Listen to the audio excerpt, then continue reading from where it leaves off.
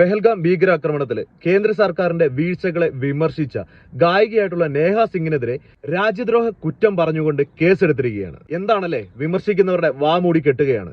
വീഴ്ചകൾ സംഭവിച്ചിട്ടുണ്ടെങ്കിൽ അതിനെ അംഗീകരിക്കാനും എന്തെങ്കിലും വീഴ്ച ഉണ്ടായിട്ടുണ്ടെങ്കിൽ അതിനെ തിരുത്തുകയും ചെയ്യാനുള്ള ആ ഒരു മനസ്സ് പോലും ഇല്ലാത്ത രാജവാഴ്ചനെ തോന്നിപ്പിക്കുന്ന വിധത്തിലുള്ള ഈ ഒരു ഭരണത്തിനോട് എന്താണ് നമുക്ക് പറയാനുള്ളത്? പക്ഷേ എനിക്കിത് കാണുമ്പോൾ ഓർമ്മ വന്നത് ഈ ഒരു ഡയലോഗാണ്. ചോദ്യം ചോദിക്കുന്നവരെ നിശബ്ദരാക്കുന്ന രാഷ്ട്രീയം, വിരൽ ചൂണ്ടുന്നവരെ വിലങ്ങണിയിക്കുന്ന രാഷ്ട്രീയം. പക്ഷെ എത്ര നിശബ്ദരാക്കിയാലും ഏത് തുറങ്കിലടച്ചാലും ചോദ്യം ചോദിക്കുക തന്നെ ചെയ്യും, ഉത്തരം തന്നേ പറ്റൂ. കാരണം ഈ രാജ്യം ഒരുത്തന്റെയും തന്തയുടെ വകയല്ല, ഇത് നമ്മുടെ രാജ്യമാണ്, നമ്മുടെ.